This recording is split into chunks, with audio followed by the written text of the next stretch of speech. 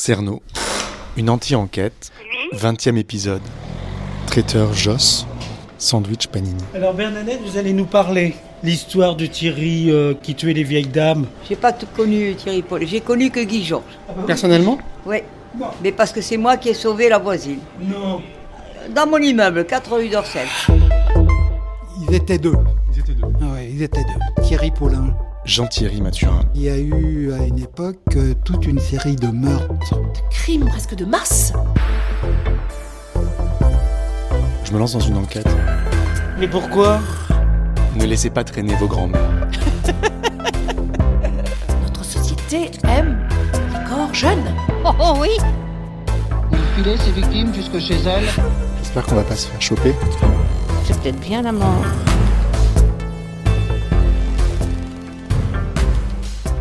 3, 2, 1. Comment ça, vous avez sauvé la voisine ? Eh bien parce que la petite a crié, elle a dit on m'étrangle, vite.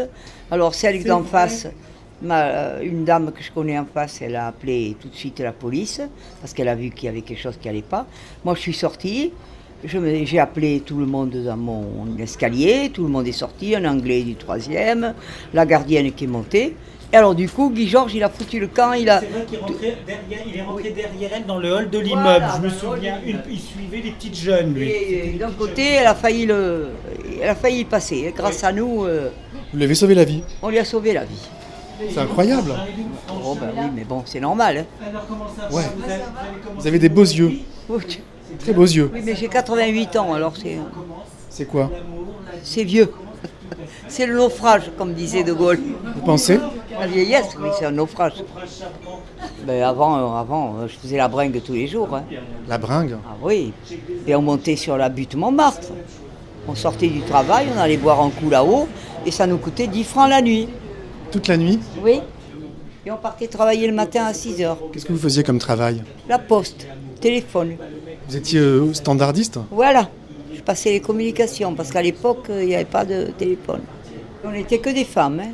Et mon papa, il était docteur dans les Hautes-Pyrénées, mais il m'a dit, tu as passé un concours pour la poste, mais tu n'iras pas au téléphone. Tu prends n'importe quoi sauf le téléphone. Et on m'a envoyé au téléphone. Voilà. Et c'était un bon travail ? Oui, mais c'est pour...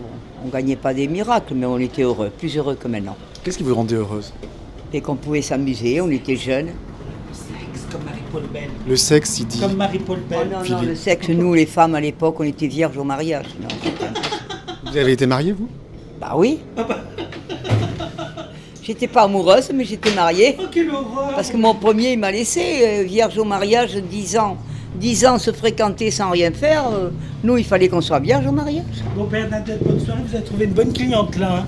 Là, ça va vous raconter toute sa vie en long, en travers, comment on dit par large. En large. En large, en long, en large, en travers, oui.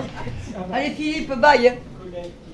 Tout le monde vous connaît dans le quartier. Mais heureusement, ça fait 50 ans que je suis dans le quartier. Non, plus même, je suis arrivée en octobre 60. J'ai pleuré pour quitter papa et maman. Hein.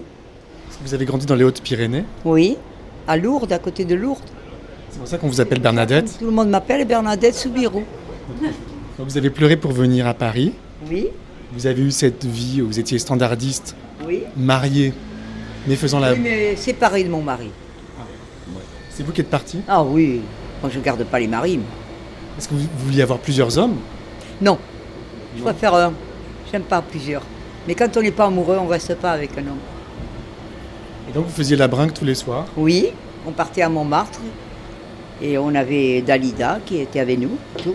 Brel et tout ça. J'ai même connu Picasso, mais il y a longtemps. Et j'ai connu Jean Marais où j'étais très amoureuse de Jean Marais. Et Jean Marais n'était pas amoureux de moi. Vous deviez faire des ravages avec vos yeux. Oui, peut-être un peu, mais je m'en rendais pas compte. On vous le disait, donc vous avez des beaux Oui. yeux. Oui, il y a même un policier du 18e qui m'a, un breton justement, qui trouvait, oh, Titoune, t'as de très beaux yeux, tu sais. On vous a beaucoup dragué. Voilà, il est tombé amoureux, mais il s'est tué en voiture après. Alors, j'ai pas de chance. Je suis née un vendredi 13. Hein. Ça porte pas bonheur. Hein.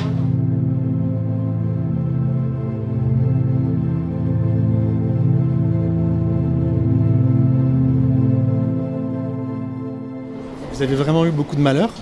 Oui, le père de ma fille s'est noyé dans la Seine. C'est comme ça. Même si on n'est pas amoureux, on ne souhaite pas la mort du père de son enfant. Et après, vous avez eu d'autres hommes. Oui, heureusement pour moi, mais bon, pas pareil. Mais c'est mon premier qui compte toujours. Un premier, on ne l'oublie pas.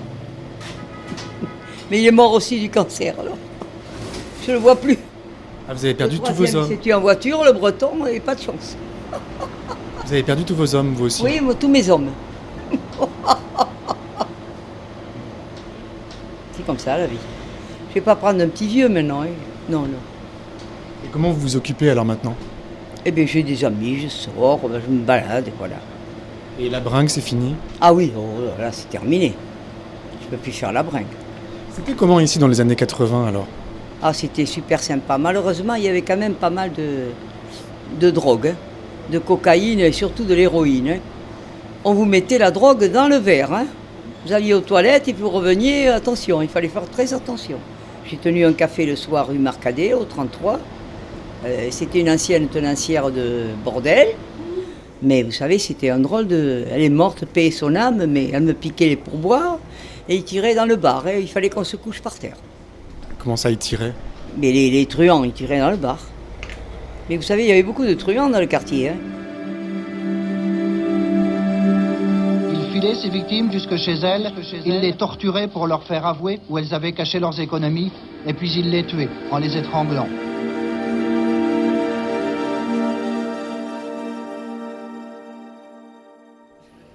Et donc cette affaire Thierry Paulin, Ah non, j'ai pas connu Thierry Paulin, je sais pas. vous savez qui c'est? Oui, mais j'ai pas connu du tout. Parce qu'il y avait une dame au 27 rue des Trois Frères qui a été assassinée. Qui c'est? Oui, Vous ça. la connaissiez cette dame? Oui, je la connaissais. Elle habitait en haut d'ailleurs, au 5e ou assez haut, oui. Comment elle était? C'était qui? Moi, je sais pas, personnellement, non, je l'ai connue comme ça. Mais je sais qu'elle a été tuée. Mais bon, mais je connais pas l'histoire, alors je peux pas...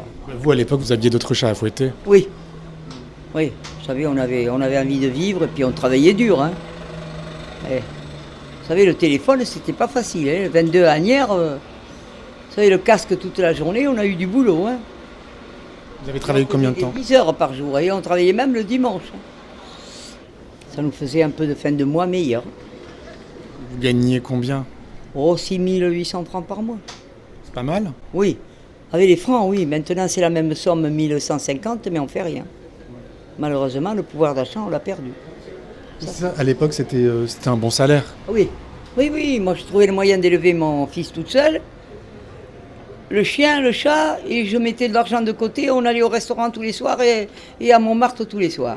Tous les soirs. On faisait la bringue tous les jours. Enfin bon. Mais on payait 10 francs le restaurant, en couscous, 10 francs. Et on montait là-haut pour 10 balles, même pas. Maintenant, il nous faut 100 €. Pourquoi vous faisiez la fête comme ça? Eh bien, j'avais envie de vivre. On est pour vivre. On travaille. On mérite de faire la fête quand on travaille. Envie de vivre. Oui, la vie. Et je regrette de ne pas avoir vécu plus.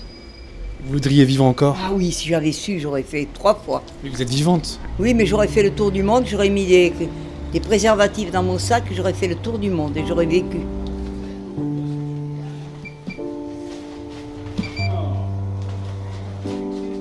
Qu'est-ce que c'est la vie pour vous, Bernadette?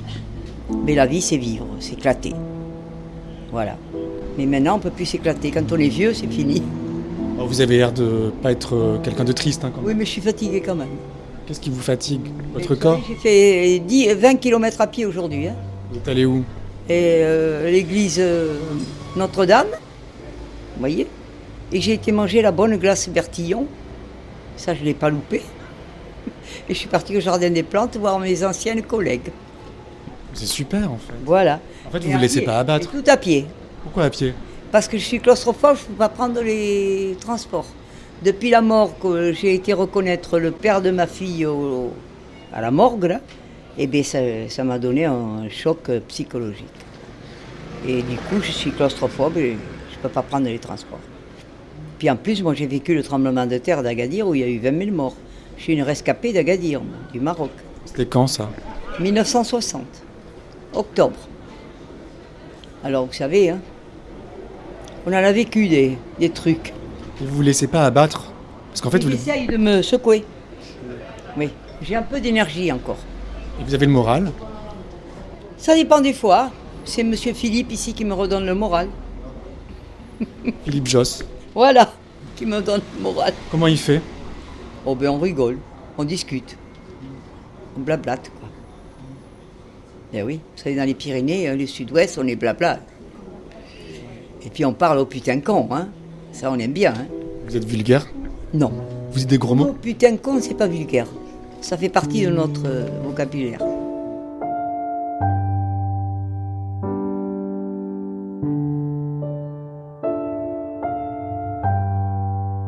Je vous trouve très belle. Oh, j'ai été belle. Maintenant c'est fini. Ben, on peut être vieux et beau. Non, la vieillesse. Vous avez été belle. Moi, je trouve que vous êtes toujours belle, mais vous dites que vous étiez comment alors? Oh, j'étais pas mal quand j'étais jeune. Quand j'étais jeune, on me courait derrière. Maintenant, ils s'échappent quand ils me voient. C'est fini. Non, c'est terminé tout ça. Vous Je regrettez? vais encore à Pigalle quand même et voir mes copains. Quel copain? Mais des copains homosexuels. Moi, j'ai beaucoup de copains d'amis homosexuels. Pourquoi ça? Je ne sais pas. Parce que je suis un peu garçon manqué physiquement, alors. Je pense que c'est ça. Puis je préfère les hommes que les femmes. Les femmes, elles fatiguent. L'homme est plus facile comme copain. Vous avez un sacré caractère, vous. Hein. Je sais pas. Non, je crois pas. Non, je rends service beaucoup aux autres. Il y a des fois un peu trop. Comme on dit, trop bon, trop con, il y a des fois dans la vie. Et vous pensez à vous quand même un peu? Un peu, mais vous savez, avec l'argent que je gagne, la retraite, il faudrait dire à M. Macron là, qu'il nous augmente. Combien vous avez de retraite? 1100. Qu'est-ce qu'on fait avec 1100 euros par mois? Même si je suis propriétaire, j'ai toujours à payer. Il y a toujours des travaux dans nos immeubles alors. Non, c'est dur. 1100 euros, il faudrait au moins 1500 euros de base de retraité quand on a travaillé. Et pour tout le monde. Même le SMIC, il devrait être à 1500 euros. Ça, pour moi, ce serait normal. Eh ouais, c'est la vie. Alors, il faut dire à M. Macron et M. le Premier ministre. C'est vous qui devez lui dire. Bah, il vous entendra peut-être. Je sais pas. On verra bien. Mais ça, j'espère qu'il nous donnera un pouvoir d'achat. Parce que pour nous, c'est le pouvoir d'achat, pour tout le monde. Vous avez des retraités qui ont travaillé qui gagnent 800 euros. Hein?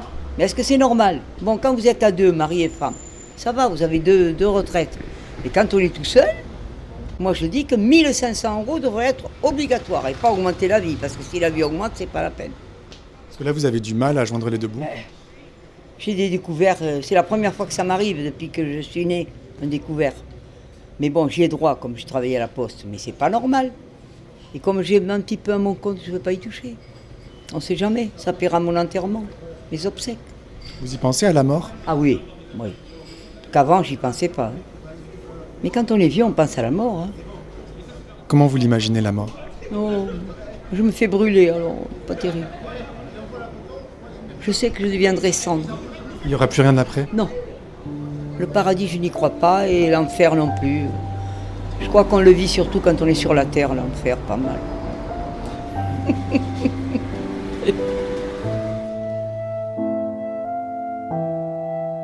Qu'est-ce que vous allez faire ce soir?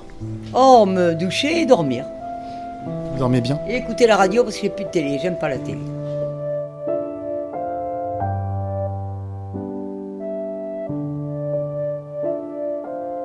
Je suis ravi, Bernadette, de vous avoir rencontré. Bernadette, au revoir.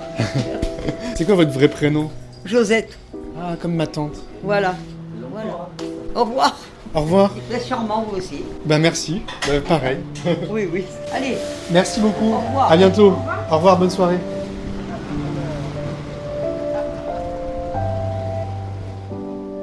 Eh bien, j'avais envie de vivre. On est pour vivre.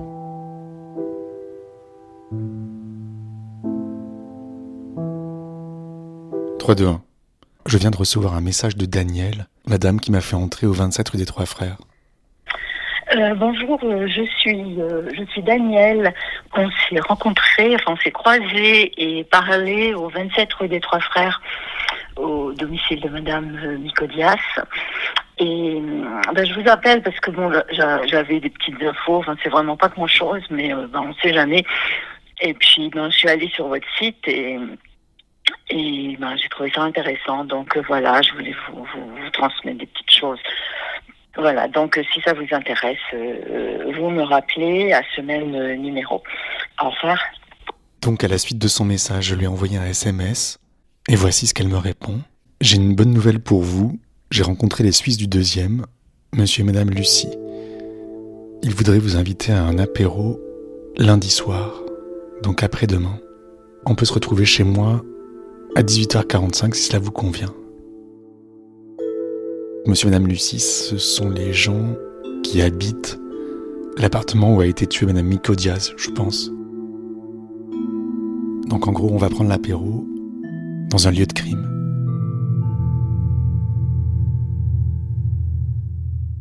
À suivre. Chers auditeurs, vous venez d'écouter le 20e épisode de cette anti-enquête. Vous pensez peut-être que la série est presque terminée, et pourtant ce n'est que le début. C'est pas vrai. Si tout se passe bien, l'anti-enquête s'étendra sur une 50aine, voire une 100aine d'épisodes, histoire de prendre le temps d'explorer toutes les pistes autour de cette affaire criminelle et de faire le plus de rencontres possible. Non! Tous les jours de la semaine, entre 2 diffusions, je continue à enquêter sur les victimes sans savoir où ça va me mener. Dans une improvisation totale. Je passe ensuite de longues heures sur mon ordinateur à monter toutes les paroles que j'ai recueillies. J'espère que le résultat vous plaît. Tous vos messages m'encouragent à continuer. Il reste de nombreux lieux de crime à visiter. Oh oui! Beaucoup de personnes à rencontrer. Si vous appréciez ce travail, si comme moi vous souhaitez que cette anti-enquête dure longtemps, vous pouvez désormais me soutenir, participer et faire partie d'une communauté d'auditeurs. Pour cela, rendez-vous sur patreon.com/cerno. Ça ne vous prendra que quelques secondes. Tout vous sera expliqué sur le site. Je répète, patreon.com/cerno. Cerno n'existerait pas sans Théo Boulanger, c'est lui qui compose toutes les musiques. Non. Merci beaucoup et rendez-vous dimanche prochain. Ah non. D'ici là, ne laissez pas traîner vos grands-mères.